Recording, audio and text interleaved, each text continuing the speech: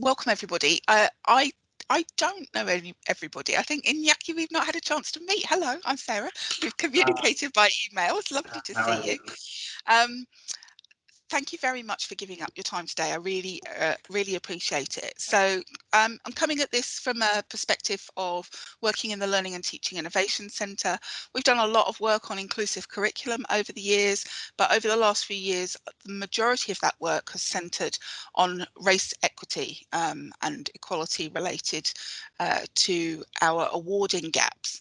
And for those of you who are used to looking at student data, you'll know that gathering data on sexual orientation and gender identity is quite poor across the sector in terms of A, the ability to declare, should you wish to, and B, the number of people who choose to do that, both on a staff and student perspective. I was reflecting when we decided to set up this session in the Pride Month planning group, because I tried to do exactly the same thing a decade ago and was hit with a wall of silence, perplexion. People really couldn't understand why on earth I even wanted to talk about the topic and why might it be something that we would think about. So whilst we've had a few apologies for today and some people who couldn't make the scheduling, one of the things I'm so pleased to report back is that I'm so pleased to have had the number of offers that I have had from people saying that they wanted to talk about it from what they're doing in terms of their own curriculum-based work or their own research work. So I think that's been really important, really brilliant to see, and I'm so pleased that we have that. So we wanted to come together in Pride Month to have a celebratory look at why LGBTQ plus representation and perspectives in the curriculum are so positive and important. And I really wanted just to open it up by saying that ensuring students feel that their identities are seen and valued by us as an institution, us as individuals, but also the disciplines that they're studying, I think are really critical. And I think it's a really important part of having a positive student experience for them. It's not always been the case, and I think whilst the position is better than it used to be, when I looked back at some of the data, so a decade ago in a similar workshop, I was reporting data from the Equality Challenge Unit, who are now part of Advanced HE, who'd done a fairly small scale survey with LGB, no further letters, LGB staff and students, and some focus groups with some staff and students who identified as trans, to try and get an understanding of what their experience was like. And the data at that time was really unpleasant. I mean, hugely unpleasant. And it has got better.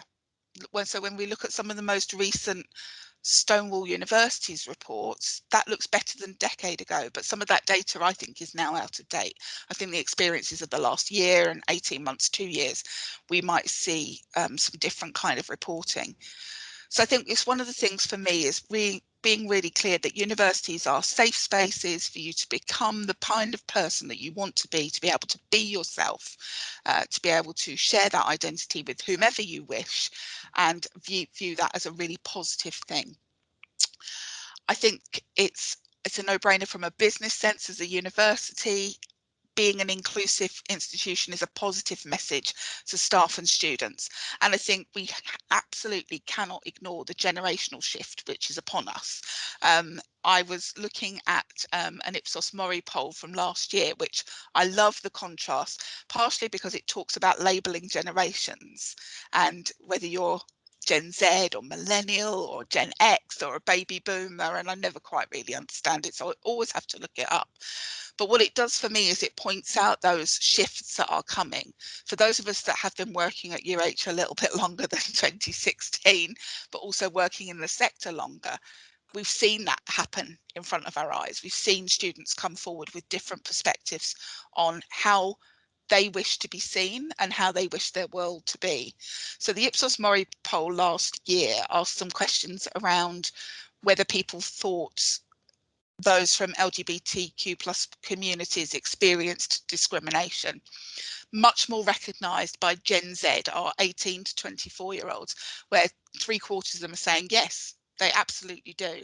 Whereas as you move up through the generations, people are saying, well, no, that falls off. Still a higher recognition than in previous polls. But so what we know is that our incoming students are much more aware of the inequality and the discrimination that exists. The same survey talks about distance to be travelled in terms of LGBTQ plus rights. And there is about, across the whole population that was surveyed, across all the age groups, just over 25% said that the rights don't go far enough. But if you drop that down to Gen Z, that's nearly 50%. So you can absolutely see that those incoming generations of students that we are having not only recognise that inequality, but they believe it needs addressing. And then the other thing that I think is really interesting from the Ipsos Mori post is about that the Gen Z population identify themselves as more sexually diverse than the people that have sat and gone ahead of them, and there's some lots of data drilling down, and I'll pop the link in the chat or send it around afterwards so people can have a look at it. But the one that really leapt out of me that said from the Gen Z group, 54% say they are exclusively attracted to the opposite sex. That's a massive shift from a decade ago. Massive shift, you know. So I think what we need to say there is that we've got a group of students who are coming in more aware of inequality, more likely to think that inequality needs addressing, and more likely to reject heteronormative perspectives, representations, curriculums. They're going to see that they don't represent them or the people around them. So we've seen some really good work pushing forward, I think, on race equity and race equality. But I think we've still got some work to do in terms of saying, well, if that kind of perspective, representation and voices matter, then so do these. We need people to be able to connect with their discipline, to see people who they can relate to and connect to their stories and have this really strong sense of belonging, because that's a really important part of that positive experience at university. But for me, those of you who know me will know that I've done a lot of work over the years in employability. And I think that's a big part of the argument as well. You know, our university talks about transforming lives, and I don't think we just mean our students. So when we think of the work that our students go on to do, the people they're going to connect with in their communities, the public, patients, clients, researchers, our big public institutions, our students and pupils, thinking about teacher education, they have a massive ability to impact and transform the lives of the people that they interact with. So we need to make sure that the experience that they're having here at UH sets them up properly for that. So I'm really pleased that you've all come together today. I'm really looking forward to hearing you talk about the work that you've been doing. As I said, we've got plenty of time, so I'm going to, I know you were all asked for, I think, 5 to 7 minutes. I think we can be reasonably flexible with that. And then I really hope at the end we'll have the opportunity to have a wider conversation about what we might want to do in respect of maybe thinking about collecting this up or doing some more work in the area. So I'm just going to go off the order that was in my spreadsheet. Hopefully that doesn't catch anybody by surprise, which Chris from School of Humanities, that pops you at the top. So I'm going to be quiet for a while now and give you the floor and share your work with us. This is what I get for putting my name down early, isn't it? It means I go first. Hello, everybody. I know some of you, but not everyone. Although I feel like there's a lot of HSK people here and then law. So I'm going to do a humanities thing and throw out lots of questions. Because actually what I wanted to say comes from a couple of different places. So I've called this Gender and Sexuality in Literary Studies Uncomfortable Conversations. And I put un/comfortable because one of the things that's come up to me over the years of teaching is that sometimes what I feel is comfortable might be uncomfortable to a student, or what is comfortable to a student might be uncomfortable for me, right? So I'm trying to articulate something about this, the way in which comfortability or acceptance, as you were saying, Sarah, like cuts across different ways. This is kind of from an essay I'm trying to write about this. So this is kind of some thinking points. So my starting point is, I think in literary studies, at least, maybe the humanities more broadly, we often assume that we do LGBTQ plus representation, right? Because we're like, look, literature, we've got the canon, right? We've got Oscar Wilde, we've got Proust, we've got E.M. Forster, we've got Virginia Woolf, right? Just by putting them on the list, we've done the LGBTQ plus stuff. And to some extent, sure. However, how much those texts are being taught as queer texts is another question, right? But also, what is more apparent to me is that it's not fully diverse, right? When these authors are mentioned, they're often LGB, maybe, writers. They're usually white, right? Maybe James Baldwin at a push, right? It's just like, oh, look, we have a black and gay man here. And I think often it's done in a kind of, and I'm not just talking about UH, I'm talking about literary studies broadly as I see it in the UK, that it's done in a kind of, tokenistic way. It's like, look, we've addressed sexuality, we've addressed gender by including these people. And what I've tried to do in my teaching, at least, is try and rethink some of that and how can we include diverse gender, diverse sexuality representations, especially across different positions, right, in terms of race, class, disability, and so on. So those are some of the kind of basic starting points that I've been thinking about.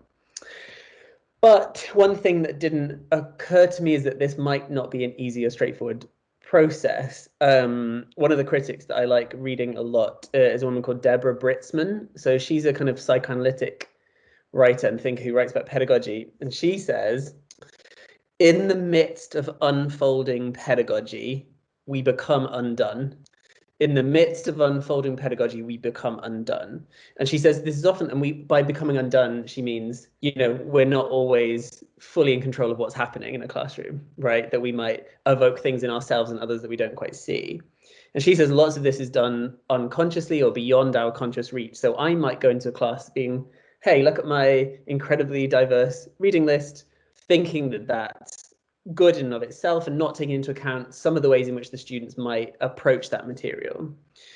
And one of the ways this came up to me in a couple of classes, I teach a contemporary American literature class. So we look at everything post 2000, basically. We look at novels, poems, graphic novels, music, all kinds of things. And we were reading a book called We the Animals, which I recommend if anyone hasn't read it. And it had been the second week of the gender and sexuality section that was explicitly called that. And one of the students out of nowhere just put their hand up and I was like, yeah, and this is usually a very sweet, thoughtful student. They said, why do we always talk about queerness, Chris? And I kind of sat back and I was like, I don't know what you mean. They're like, well, we just talk about it all the time. And it was said aggressively. I felt it aggressively and in the moment didn't quite know how to respond. And I was like, I don't think we have been doing that all along, have we? We've been looking at lots of different things. But what interested me more was that all the other students in the room turned and were like, no, we don't. And it wasn't just me kind of defending this position, but the other students then started talking about how they understood queerness, right? They were like, well, actually, we were talking about gender last week, not just sexuality, or the week before we were thinking more about race. And it really made me start thinking about how what I intend in a curriculum is not necessarily what students hear, right? So whereas I thought we were talking about nationality or, post 9/11 politics, they were seeing one thing, right? They were seeing race or gender, for example. And that really made me question the kind of ease with which I am communicating what I think I'm doing. And that the goal of an inclusive curriculum might also need unpacking, right? That maybe the instantiation of it is not enough, that actually maybe we need to do some work in foregrounding why we've made the decisions we have, why we're kind of framing text in certain ways. And in particular, this student was saying that they felt queerness was evident a lot was because it clashed with their faith, which then threw another question into the mix where I was like, how now do I address this, right? That they said, well, actually, this comes up against things that I fundamentally believe. So by you legitimating this text by a queer man, you're endorsing that as the correct way to be. And I was like, okay, this is too much for a 2-hour workshop. We need to take this outside. We need to shelve it. We need to have a conversation. And that became more problematic. But in the room, students were like, that's not how I see it. That's not how I feel about it. And then we had, it ended up being this kind of ongoing discussion in the workshop itself. But we weren't ended up talking about the book. We were talking about how we frame books, how we think about books, whether putting a book on a reading list is an endorsement in some kind of way, right? There was an interesting thought there as well that, if I put Lolita on the reading list, does that mean, I endorse the kind of hideous things that happen in that? And again, that made me think about like, what are we doing when we frame what we're teaching and why we're teaching it, right? But on top of that, and this is the last thing I wanted to say, is that doing this LGBTQ plus inclusive work and think about the curriculum, it's also embodied for lots of us, right? Like I do that work not only because I think it's the right thing to do, but also because I identify as gay / queer. I don't know how I identify. And actually, that means in the classroom, I am embodying that diversity in a kind of way, right? And that then effectively impacts the things that we're then talking about. So all of this is to say, I obviously, this diversity work is really important, but the comfortability and uncomfortability that comes with it often comes at me in ways I didn't expect and didn't anticipate and didn't quite plan for. And I think following some of those leads might be a productive way forward in thinking about how we do diversity. So it's not just a tick box exercise, right? Or just a thing we should do, but rather a thing we've embedded as a thoughtful process. But I think I'm going to stop there. But thank you. Chris, that's absolutely splendid. Thank you very much. And thank you for getting us off to such a thought-provoking start. And I think you're absolutely right.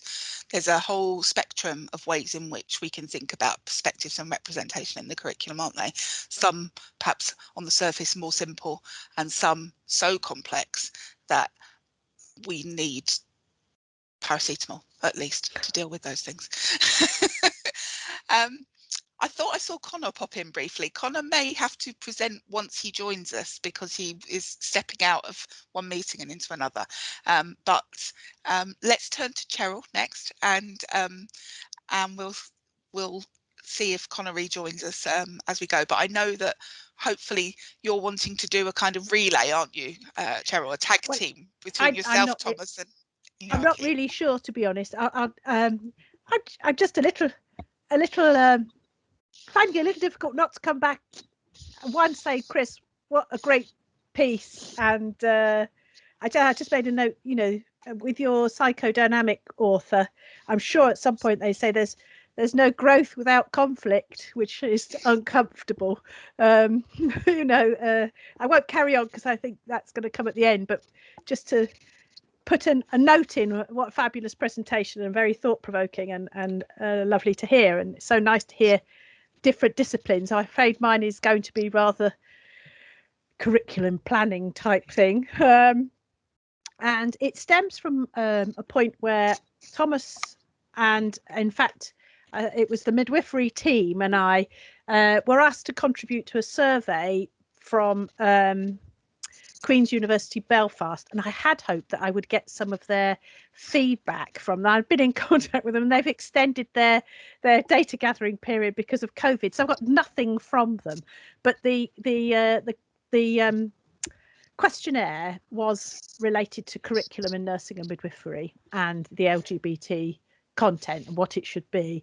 And as I did some with Thomas, I did for nursing, and then I did the other bit for midwifery with Radhika and Chinswain, and Iñaki is here for midwifery. But I don't think he's going to talk about his own thing as opposed to that particular experience. But it struck me, I mean, the level of detail that was asked in the survey meant that quite a lot of the points I was going, don't know.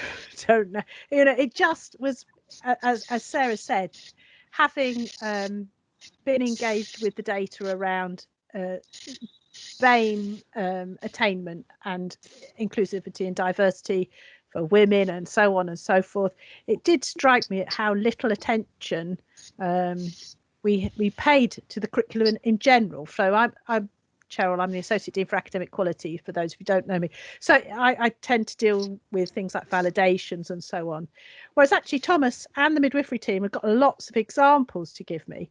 But anyway, so that's where I'm coming from with here, was that just thought, gosh, we haven't really thought this through. So then when I went on my merry way looking at doing a Google search, essentially, and trying to find more information, I found myself really... oh gosh, I'm going to have that keep interrupting me. Sorry. back at a framework, a toolkit or some such thing. So in the end, I went to Kingston's inclusivity framework, which I quite like. I could share it, my slide, if you want to. I'll share it and then stop sharing it, because it's nice, I think, to see people. I'll just show you the framework. Probably you are familiar with it anyway. So she says, hopefully that will come up. That'll be my screen, won't it? Do you see my slide? We do. Yeah. Lovely. So the framework talks about an inclusivity curriculum, creating an accessible curriculum, enabling students to see themselves reflected in the delivery and in the curriculum, and it should equip students to work in a global and diverse world. And then down the left hand side, to assess your abilities and the strengths and weaknesses of your curriculum, you look at concepts, content, learning and teaching, assessment, feedback and review. And I've just filled in a few of those in order to talk to you now. And I'm going to go back to the looking at each other, which I think is better. But I will look away to consult my notes.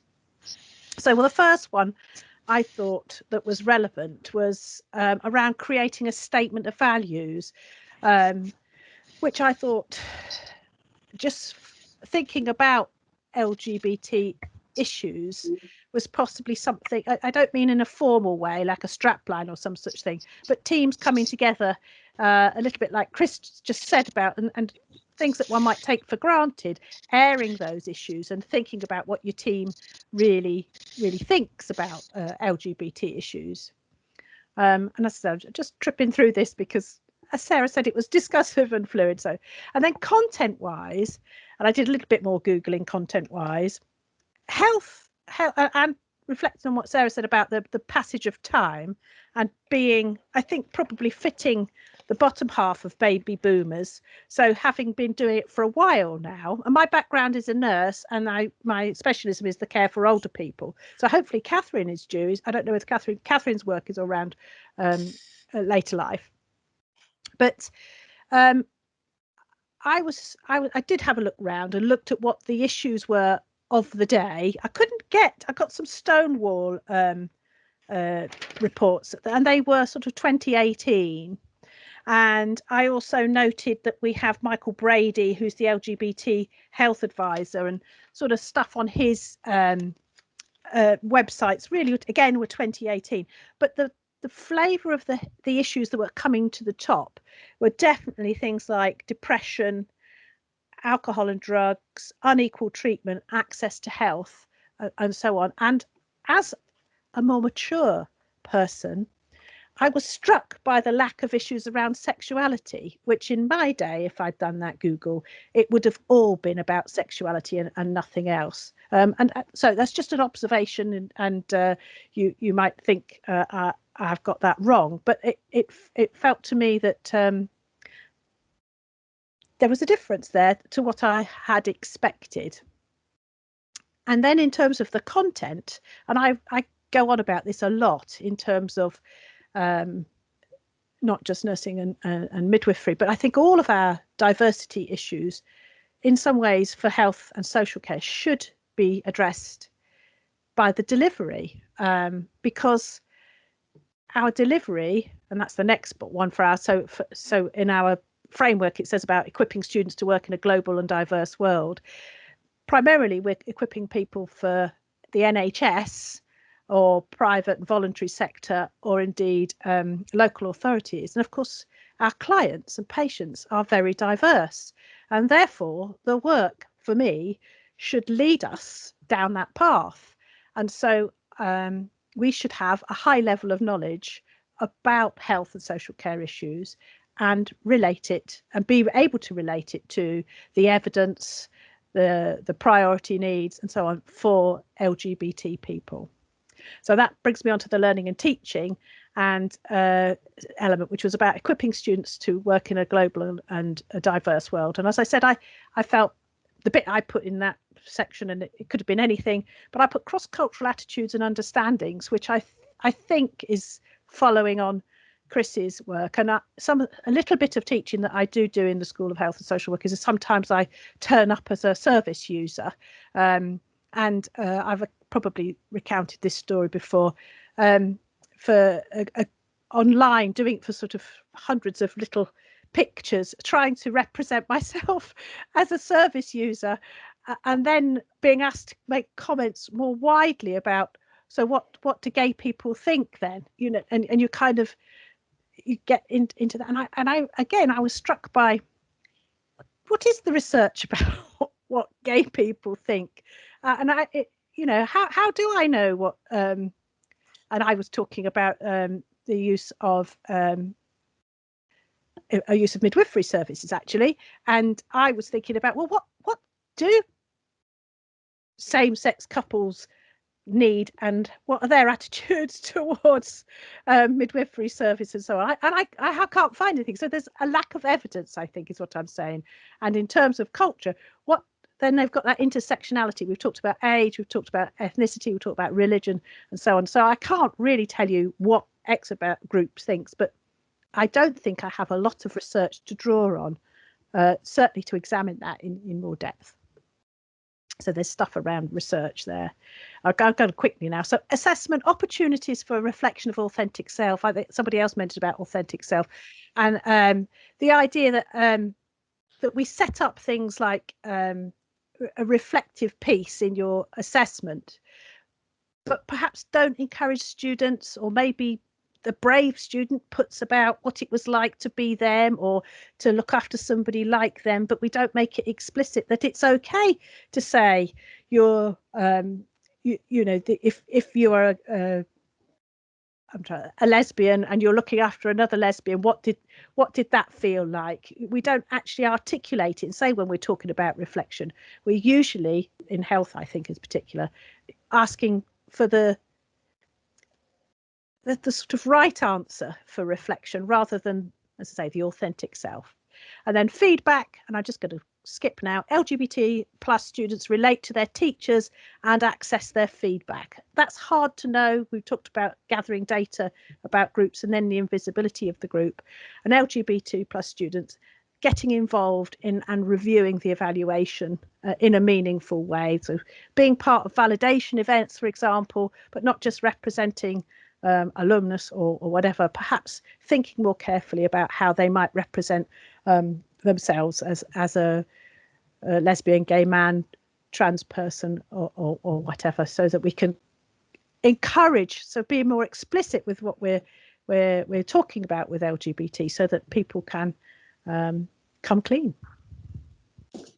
There was anything else I made a note of? I've got more to say about Chris's actually than my own. It was much more interesting, Chris's, but that, I think, it's a platform then I think Thomas is going to give some examples from mental health, but I think Inyaki's got a piece for himself, because, as I say, Chin and Radhika are not coming today.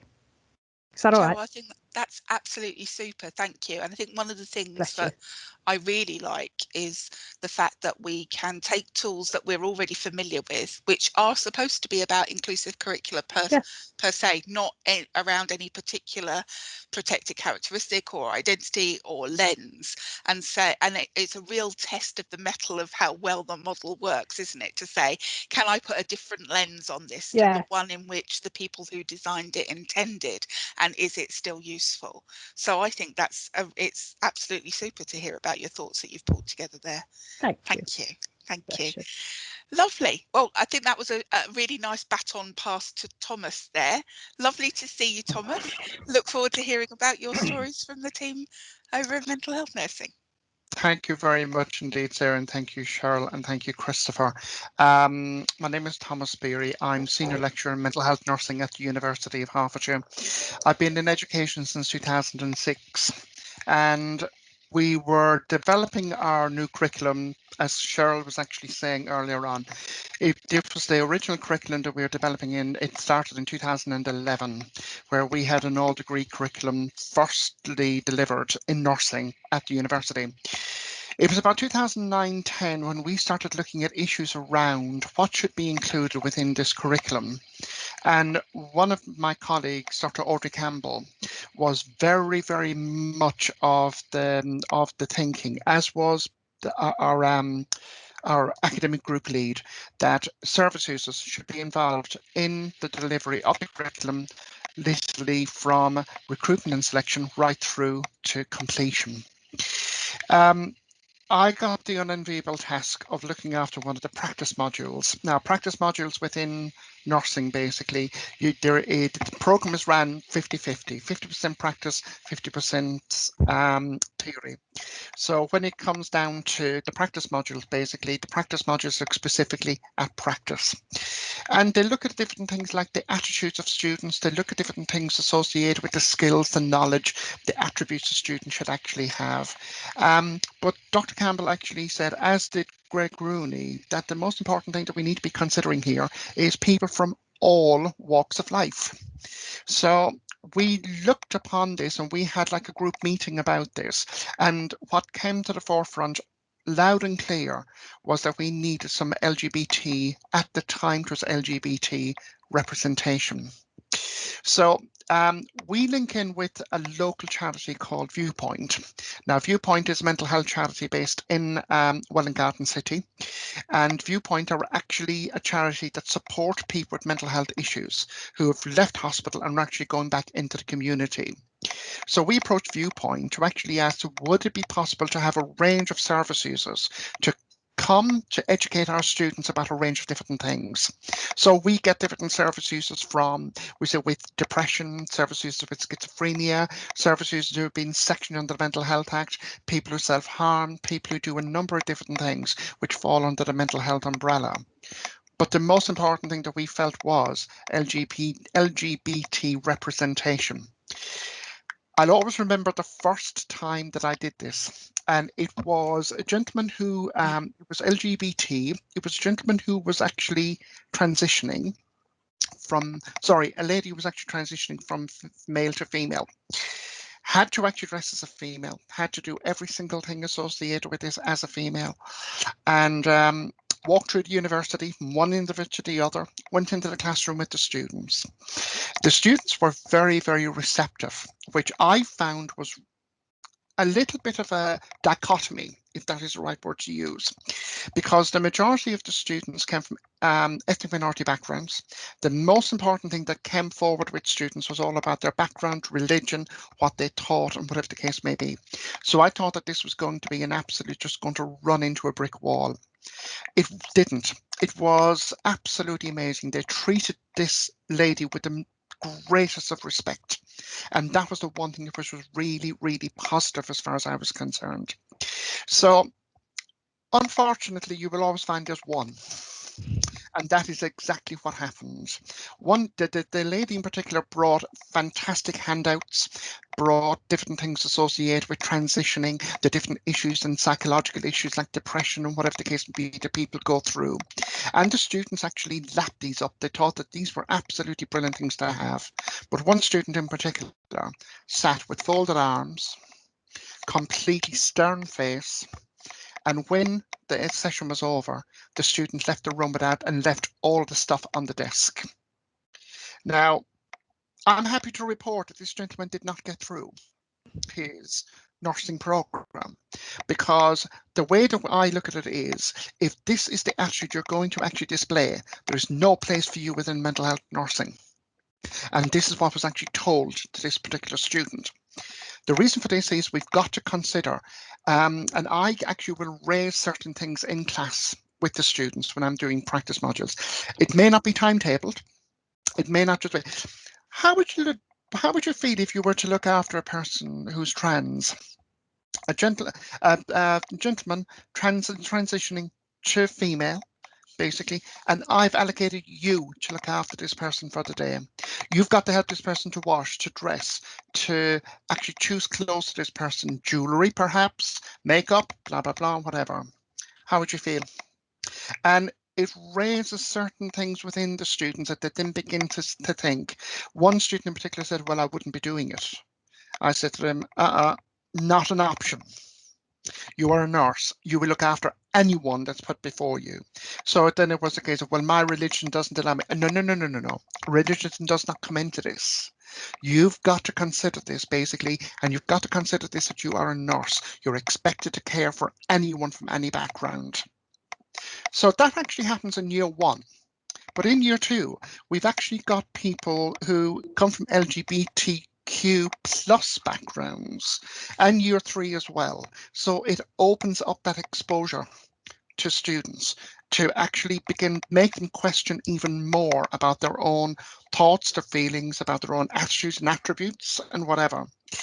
In recent times, I hate COVID. I will be brutally frank with you, because it has stopped that that sort of rapport between us and students and a classroom situation. From our practice module earlier on this year, I actually specifically put down on the timetable LGBTQ plus issues. It was a 2-hour session basically, and I had to stop this session after 2.5 hours. The students were really engaged with it. They were really getting into every single thing. All it was just showing a little snippet of a person who went through the transitioning period, but were disowned by their parents, were disowned by everyone they knew. Now, this person comes into your care. What are you going to do about it? And it was a nice segue into that for the students to consider, right, okay, I need to be considering A, B, C, X, Y, Z. Now, for next year, it is actually hoped that the students will be exposed to much more serious issues around LGBTQ plus issues, because I want to actually look at different things, and I want to look at different things like when people suffer, or when people are actually at the butt of everyone's joke associated with LGBTQ. What can nurses do about this, especially mental health nurses? That just gives you an idea of what we're actually doing in mental health.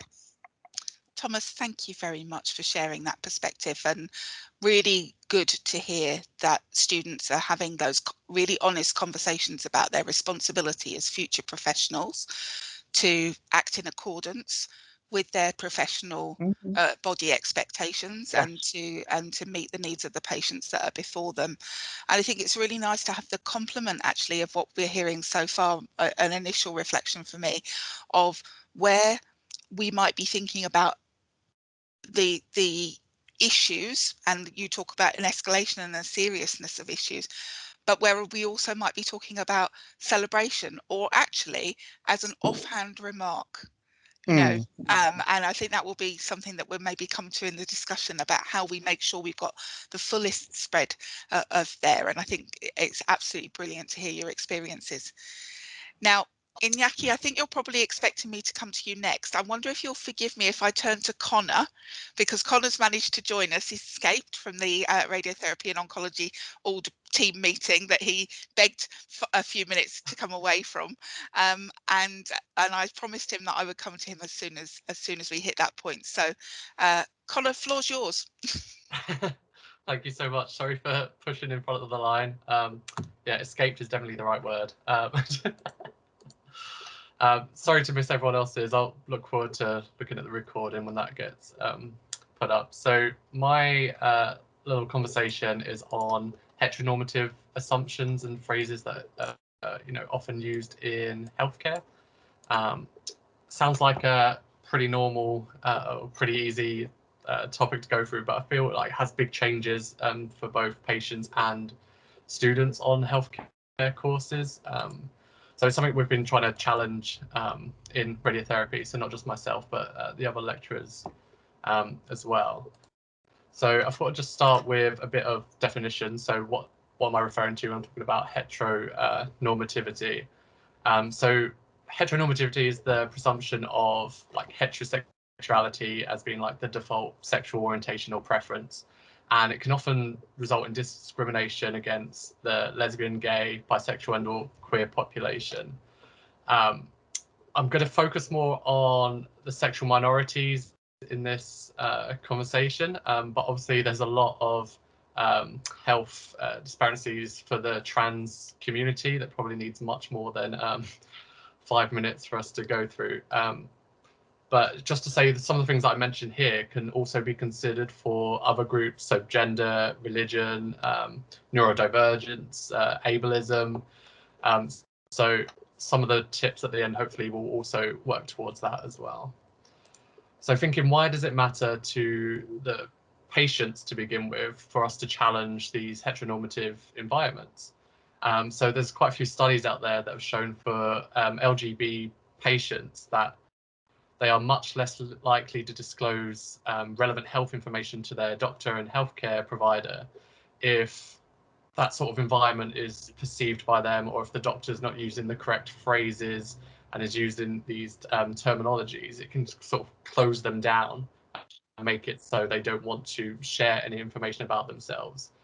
And hopefully we can see the link between that lack of trust, that lack of disclosure of information, preventing people from getting the necessary help from doctors and other healthcare workers and nurses being able to give the best health advice possible. So one of the other things is the greatest risk for people who identify as LGBT+ is when they avoid healthcare in the first place.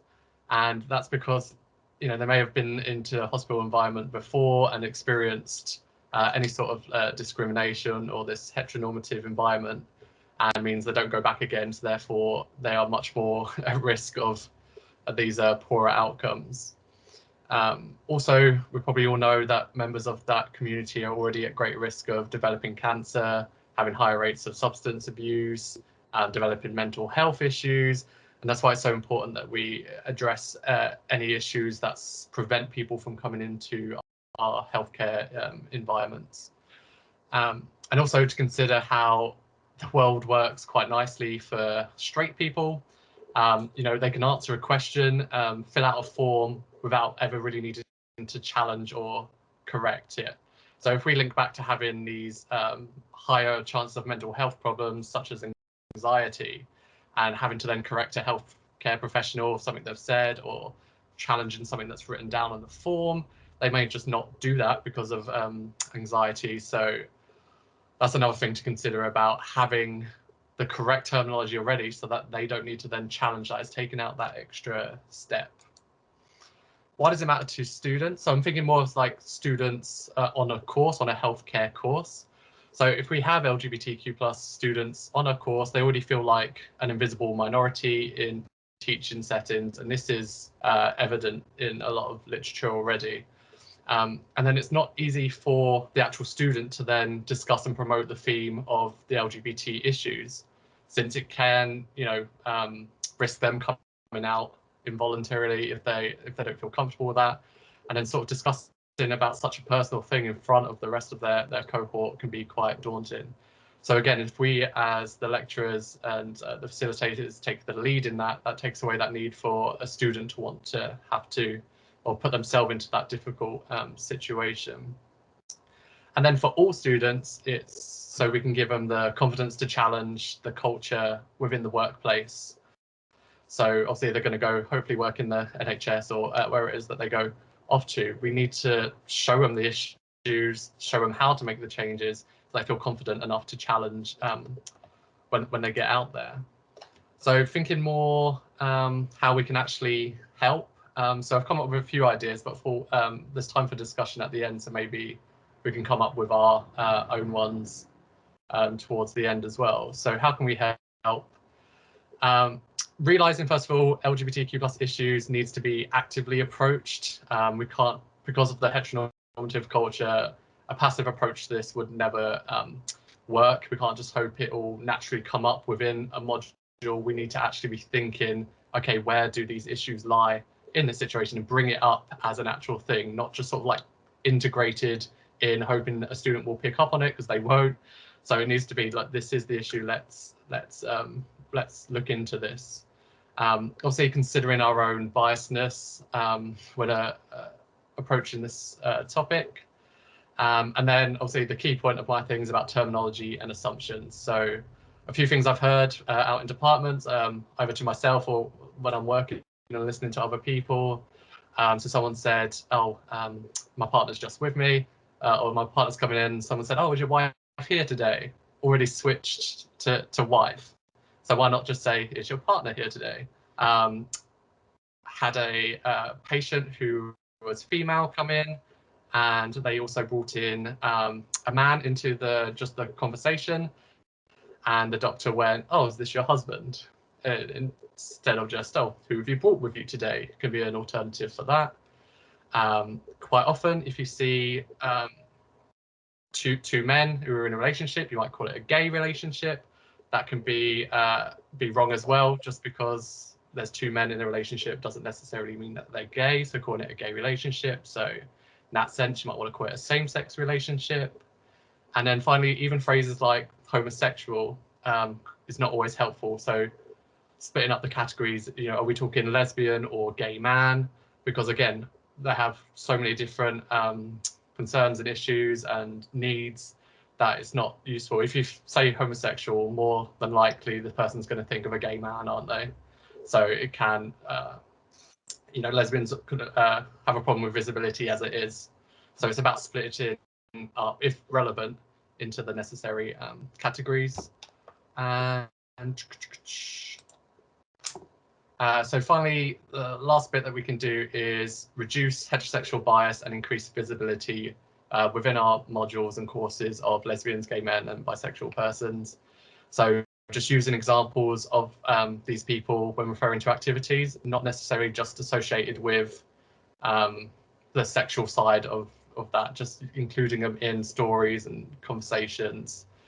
And another one I thought of was about omitting discussion of marital status, unless, you know, the legal marital relationship is the subject. That's what we're talking about. But, you know, marital status is not necessarily a good indicator of like cohabitation. So married couples might be separated but still married. Uncoupled marrieds may have lived together for decades. So it's not always a good link to assume marital status means long-term partner cohabitation and that side of things. So that's my suggestions of things that we've been doing within our course. Thanks, Connor. That's brilliant, and a really nice, I think, echo of some of the things that you were talking about there about how some simple changes can make massive differences to people who you wouldn't necessarily have known there might have been an issue there to start with. But also I really like the fact that you finished up on the fact that it's not always about issues. It is just about representation. It is about just looking at, if you're having, you know, if you're telling a case, giving a case conference about somebody who's being treated for lung cancer, you know, it can be Bob and Jack and not an explanation of what Bob and Jack, if Bob and Jack is short for anything, and if Bob and Jack is who Bob and Jack are, but you just leave it floating, and you see if those things come up, and you see if those normative statements come up, and then you can you have the opportunity to challenge them, don't you? Some really good stuff there. Thank you. So we've got 3 people left who would like to present next. If we were going in the order that I'd had in our running order to start with, that would take me to Iñaki. Is that okay with you? Are you happy to share your share your work with us? Thank you. The only thing that I feel like a cheater, because I'm new in lecturing, I'm new with my new role as a diversity and equality and inclusion champion. The only thing that I know is that you're sticking some boxes in here, and that is good. What I'm trying to say is that it is difficult to get all change everything in one go. You can, as Connor was saying, we're trying to do that in midwifery as well. The only thing with midwifery, sorry, by the way, I didn't present myself, by the way, sorry. Oh, I'm Iñaki, one of the lecturers in midwifery, but my background is in nursing, intensive care uni nurse, and also then become midwife. And yes, I've been in health for over 25 years. So yeah, anyway, so that is me. I've been new in lecturing since last year, when I joined the university during COVID time, which is not great because I feel isolated myself with I'm missing that kind of interaction with my colleagues. But anyway, that's it. So with my recent nomination of a champion nomination of equality and diversity, what I'm trying to do is taking my experiences as a gay man, a foreigner, a male in a female-dominated profession, and trying to put that into my students and see how it works. So basically, we've got two things in here. We're looking after women, and we are training all these midwives. So basically, it's trying to adapt the vocabulary that we're using, and at the same time, how to help our students. So since I became the champion, 3 students emailed me privately saying, "Oh, I'm glad that I'm not sure at the moment how I feel regarding my sexuality." And so, what I'm trying to say is that having somebody that it can represent you is great. So that's a great support. But also as well, in terms of women as well, we're trying to change the way on how we communicate to our students towards women, because not only women give birth. So for that reason, because men can give birth, it is difficult. It is, we've been listening about women all the time, and now there it comes. Iñaki comes and he keeps saying women and birthing people, women and birthing people, women and and it's like, oh, hold on a minute. Why is this now birthing people? What you mean? And then Iñaki comes and he doesn't say breastfeeding, he says chest feeding. I was like, oops, hold on a minute. And then Iñaki comes and said, like, look, we have a meeting with some non-binary students, our students, and they saying that if we can change the pronouns as well in our emails and Zooms and here, unfortunately, Teams doesn't work like that. That's why I don't like Teams, because I cannot put my pronoun. Anyway, so there's a lot of things going on at the moment, and I feel that it's a big, giant things to change. And I've been only on the post for a couple of months, so I was trying to be like a cheetah. You see what you are up to, what you've been trying to do, and trying to copy, really. But yeah, I've been trying to do that. I've been trying as well to encourage my colleagues to change the pronouns. That almost all of them have changed that now, which I'm really proud with that. I have as well looked into the modules where I am as well included in Canvas, and I have been reviewing their presentations. And the other day we have a meeting that the Max meeting is called, where all get in there. And I was not telling enough, but I was saying that after reviewing a few presentations, it's a bit sad not seeing Black people, not seeing queer people, not seeing men, chest feeding men, things like that, that we can incorporate as well into these presentations that we do. So I think that will take a while, a big while, mainly as well because it's not easy to find staff in terms of, for example, I have only found one picture of a man chest feeding. So what I'm trying to say is that it's not easy either for us to look for these resources. And then looking at the copyright and stuff from that is quite difficult sometimes. So that's why I'm trying to look for a pool of pictures and see if I can pull as well that into a folder, into a shared folder with my colleagues, so we can get all those pictures from Black and chest feeding, men giving birth.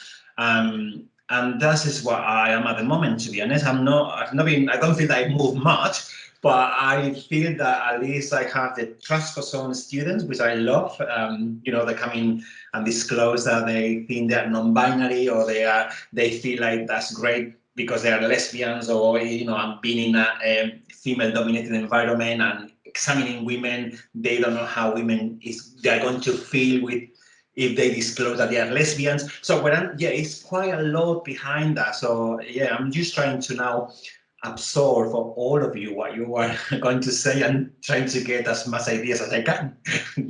But yeah, that is why I am. Thank you very much. Oh, do you know what? The amount of enthusiasm with which you're speaking about this, you may feel that there hasn't been much, but I'm going to look slightly, I'm doing that weird thing of looking in Teams at Cheryl as if she can see me looking at her, which of course she can't. But some of those things that you spoke about are like moving mountains.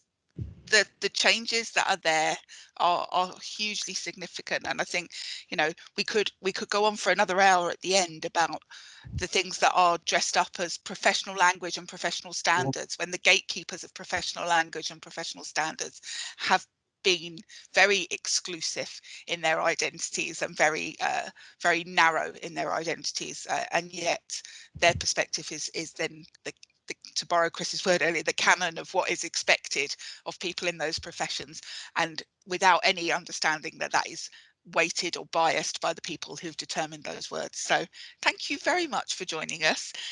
It's really lovely to hear about that work. Diana, you've been very patient, but I know even though you're from the law school, that sounds terrible, even though you're not from health and social work, I was going to say, like Chris, I know you will have been very interested in what you've been hearing, but now's your opportunity. Come and talk to us a little bit about the law clinic I think you're going to share. Definitely, thank you. And you're right, I have found it so interesting. My husband used to be a nurse. He was an A&E nurse, and I'm really looking forward to going home to tell him that he did like the macho bit of nursing. He's now a baker. Anyway, so I wasn't going to share slides, but actually Michael did. So I have made some slides, so I'm going to share them. Oh my gosh, I hope it's going to let me know. Right, can you see my slides? We can see them in edit mode. Perfect. Absolutely, as they should be. Lovely. Thank you. All right, so I know quite a few of you. So my name's Diana Kirsch. I used to be a criminal defence lawyer many years ago, but I've been teaching for about 13 years, and I work in the law school. I'm an Associate Dean Enterprise, but my main job is I'm Director of Pro Bono. And what I'm going to talk about is how we've tried to make our pro bono projects more inclusive, and in particular how we've tried to encourage people from the LGBT community to come to our law clinic. So we set up our law clinic back in October 2019, and we offer free one-off advice in those areas. So families definitely our biggest area, but also housing and employment. Our students do the advice, but they work under the supervision of either lawyers in-house, or we've got quite a lot of external lawyers who help us as well, and they do quite a lot of training. We also screen our students quite carefully, so we ask them to apply as if it was a job, and we interview them. And what was really interesting, Sarah, is the way you talked about how students, you know, how the generations have changed. So we have a standard question for our clinic students, and so we're trying to sort of, you know, flush out any prejudices, and we say something like, well, you know, imagine you have a same-sex couple and they want to come and talk to you about the legal implications of adopting a child. How would you react? And the lovely thing is that I think you must have interviewed about 150 students since we started, and most students look at us like, what a stupid question, why are you asking us this, as if we would care. And then some of them actually, you know, answer even better and just say, well, obviously it wouldn't make, you know, any difference at all. You know, my job as a lawyer is to help everyone.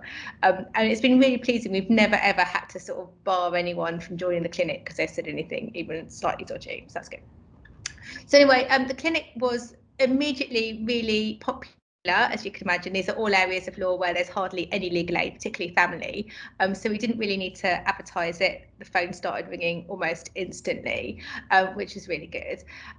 But what we realised, so we collect data, and what we realised probably about this time last year was we were hardly getting anyone from the LGBT plus community. I had to do a presentation to our edit team, and so I sort of quickly went through all our diversity monitoring forms, and actually of the people that completed the forms, we'd seen 0 from the LGBT community. And then I spoke to my family law colleagues, because obviously, you know, if it's family law, we would actually know if it was sort of same-sex couple, and they said, well, that's our experience as well, which is, you know, really quite shocking actually.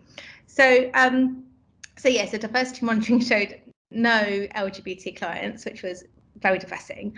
And it was more or less at the same time we started working as part of the LGBT History Month steering group, and we organised this lovely talk. Some of you would have come, and it was all about, you know, the positive impact that lawyers can have in the community, and we featured some lawyers who'd been involved in some of the, you know, landmark cases on LGBT rights. So there's a picture of Raza Hussain QC, he's amazing, but he did the Iranian asylum case, and in that case the Court of Appeal ruled that this Iranian man should be granted refugee status in this country, whereas the lower court had said no, he can go back to Iran, he just needs to hide who he is, but the Court of Appeal overruled them and said no, he shouldn't have to hide his sexuality. So anyway, so we had Raza Hussain, we also had Robin Allen QC, who did the Northern Ireland support gay marriage cake case. So anyway, it got us thinking that, you know, lawyers can make a difference and we should be doing what we can to help the LGBT community, but clearly they weren't coming to us.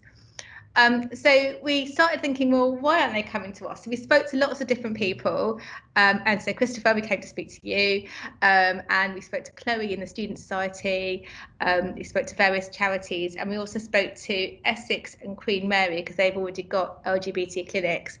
And so the message we were getting was, well, you know, we don't have a magic wand, we can't make you suddenly have LGBT clients. Maybe you need to sort of go out there and tell the LGBT community that you are able to provide, you know, not only good legal advice but non-judgmental advice, or highlight your links to the LGBT community. So in fact, actually, we've got some contacts with the Law Society LGBT Lawyers Division, and so we're now working with them. Sorry, my computer's going weird.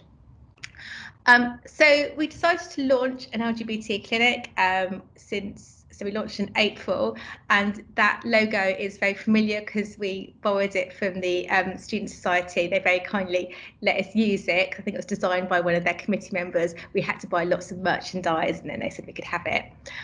So we launched just a couple of months ago, and what we've realised is that most of the areas of law that are needed are kind of the same as we offered anyway. So we do family law, discrimination, particularly sort of employment law, housing, but then we're also now offering free advice in relation to change of name and gender recognition certificates as well. And the different thing that we did is we gave our students extra training. So we already give our students loads of training. We don't just let them loose on the public. They have lots of training on professionalism, you know, confidentiality, that kind of thing, but also the key skills they need, like interviewing, legal research. But then we covered extra issues. So we had Chloe come and do a session on the use of pronouns. We had a session on trans awareness and unconscious bias, and TOCO, which is a youth charity that particularly helps young people from the LGBTQ plus community. They came and did a training session as well.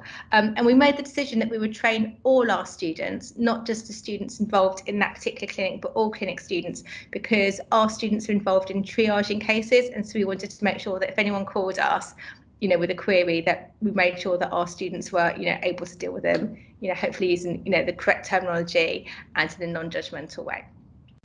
So I have to say, we still haven't had a single LGBT plus client. So we've gone to all this effort. We are hoping, so as part of Pride, I'm talking at another event next week.